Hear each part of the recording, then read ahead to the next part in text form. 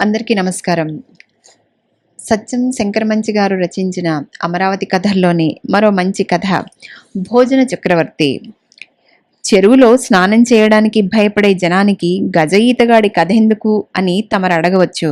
కానీ అత్తెసరడు గిన్నెడు అన్నము ఆరుగురికి సరిపోతున్న ఈ రోజుల్లో అప్పం భొట్లు ఆహార విశేషాలు నమ్మినా నమ్మకపోయినా తెలుసుకోవడం అవసరం.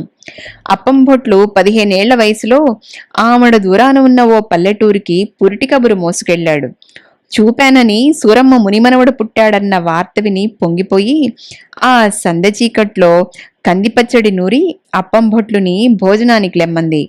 వడ్డించిన మొదటి వాయికే నూరిన కందిపచ్చడి శాంతం అయిపోగా సూరమ్మ అటకమించి ఆవకాయ దించింది. నేతిగిన్నె కందిపచ్చడికే ఖాళీ అయిపోతే ఆవకాయలోకి నూనె వడ్డించింది. మూడో కలుపుకి ఆవకాయ జాడి అడుగంటగా గోంగూర బాన ముందు పెట్టింది. బానలో గోంగూర అయితే కొంత మిగిలింది, కానీ వండిన అన్నం పూర్తవటంతో మళ్ళీ వండే ఓపిక లేని సూరమ్మ మొహమాటం విడిచి ఇహ మజ్జిగ కలుపుకో అనేసింది. వండిన వంటంతా అప్పం భొట్లకే వడ్డించిన సూరమ్మ మజ్జిగ తాగి పడుకుంటే నిద్ర పట్టలేదు. అర్ధరాత్రి వేళ ఇంట్లో ఏదో చప్పుడవుతుంటే దొంగలేమోనని దీపం పెద్దది చేసి ఎవడ్రా అక్కడ అని కర్ర తీసుకెళ్తే అక్కడ అప్పం భొట్లు గిన్నెల్లో ఏమైనా మిగిలిపోయిందేమోనని వెతుక్కుంటూ కనిపించాడు.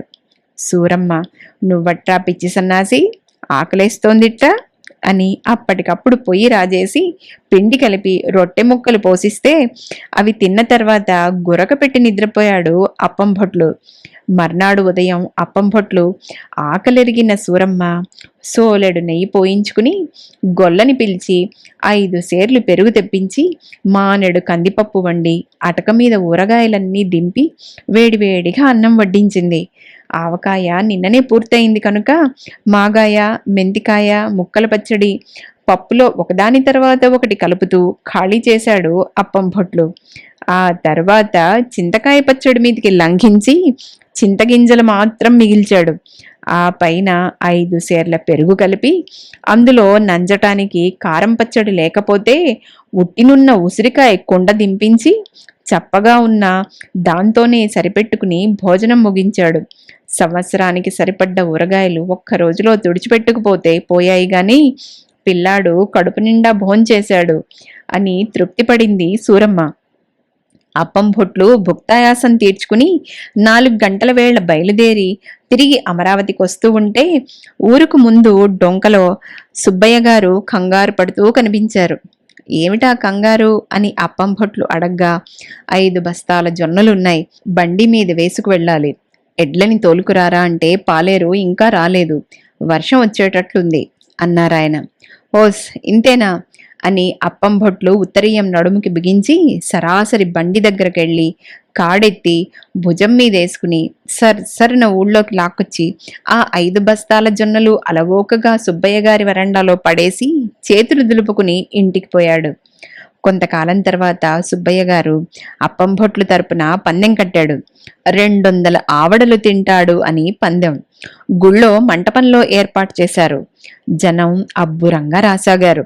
పొద్దుట్నుంచి గారెలు వండి పెరుగులో వేస్తున్నారు. 4 బానల పెరుగు తెప్పించారు. ఆవడంటే ఇప్పటి కాలం ఆవడ. ఒక్కొక్క ఆవడ దోసెడు వెడల్పు, 2 అరచేతుల మందం.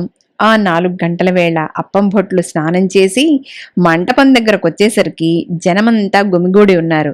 మంటపం మధ్యన బాసిపట్టు వేసుకుని పక్కకు చూస్తే 4 గంగాళాల్లో మెంతి పెరుగులో తేలుతున్న ఆవడలు కనిపించాయి.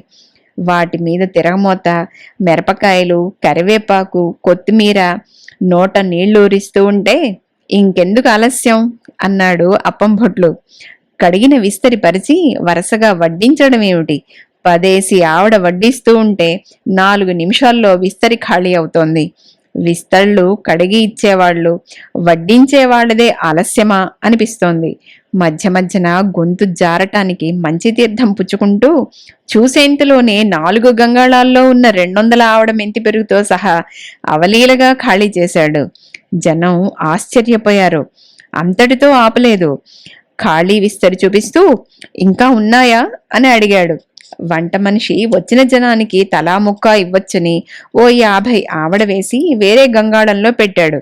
అది కూడా తెప్పించి పూర్తి చేసి బ్రేవమని త్రేన్చుకుంటూ లేచి వెళ్ళిపోయాడు అప్పం భొట్లు. జనం ముక్కున వేలేసుకుని వీడు హరించుకోలేడు, చస్తాడు అనుకున్నారు. అప్పం భొట్లు పార తీసుకుని సరాసరి కృష్ణకెళ్ళి అవతలొడ్డుకు ఈదుకుంటూ పోయి పారతో ఇసుక తవ్వటం మొదలుపెట్టాడు. అలా 2 గంటలు ఇసుక తవ్వి తవ్వి స్నానం చేసి ఇంటికొచ్చి రాత్రికి శుభ్రంగా భోంచేసి పడుకున్నాడు. పెళ్లి భోజనాల్లో తలుపువారుగా కూర్చునేవాడు అప్పం భొట్లు. స్వయంగా వెళ్ళి 3 విస్తళ్ళు కలిపి కుట్టుకుని తెచ్చి వేసుకునేవాడు. గోకర్ణంతో పప్పు తెచ్చి గరిటెతో వడ్డించపోతే వెధవ గరిటెలు తీసేయ్ అని గోకర్ణం వంపించేవాడు. నేతి ఝూరితో నెయ్యి వడ్డిస్తూ ఉంటే వేళ్ల సందున ఎన్ని లోయలుండేవో తెలియదు. చేతిలో నెయ్యి కనిపించేది కాదు. ఝూరి ఖాళీగా అవ్వాల్సిందే. కూరల పళ్ళాలు, పప్పు గిన్నెలు, పులిహోర పళ్ళాలు, పులుసు బకెట్లు అన్నీ అప్పం భొట్లు దాకా వచ్చి ఖాళీ అయి వెనక్కి వెళ్ళవలసిందే. ఆఖర్న లడ్డూల బుట్ట వస్తే గాలి కోసం ఉస్ అన్నట్లు ఎంగిలి చెయ్యి జాడిచ్చి ఆ చెయ్యి బుట్టకు తగలగా అంటయ్యింది, ఇంకెందుకు పనికొస్తాయి అని బుట్టెడు లడ్డూలు విస్తట్లో వంపించుకునేవాడు. అలా సాగిపోయిన అప్పం భొట్లు ఆఖరి దశలో కరువొచ్చింది. పెద్దవాడైనా జఠరాగ్ని తగ్గిన జిహ్వ చావలేదు. 3 వీసల వంకాయ కొని మువ్వంకాయ కూర చేయించి అరసోలెడు నెయ్యి వడ్డించగా నేను భోంచేస్తూ ఉంటే చూసి వినోదించేవారు శోభనాద్రి గారు. ఇప్పుడు ఆ సదుపాయం ఏది అని విచారించేవాడు. పోతూ పోతూ అప్పం భొట్లు కొడుకుని పిలిచి చెప్పాడు, పేరయ్య, నా తద్దినానికి మంచి తిండి పుష్టి ఉన్నవాణ్ణి భోజనానికి పిలవరా. అప్పం భొట్లు పోయిన తర్వాత పేరయ్యకి తండ్రిలాంటి తిండి పుష్టి ఉన్నవాడు కనిపించలేదు. ఉన్నా అలా పెట్టగల తాహతు కుదరలేదు. అతని మనవలకి ముని మనవలకి అప్పం భొట్లు ఆహారలీలలు చెప్పుకోవటమే మిగిలింది. అదండి భోజన చక్రవర్తి కథ. రేపు మరో మంచి కథతో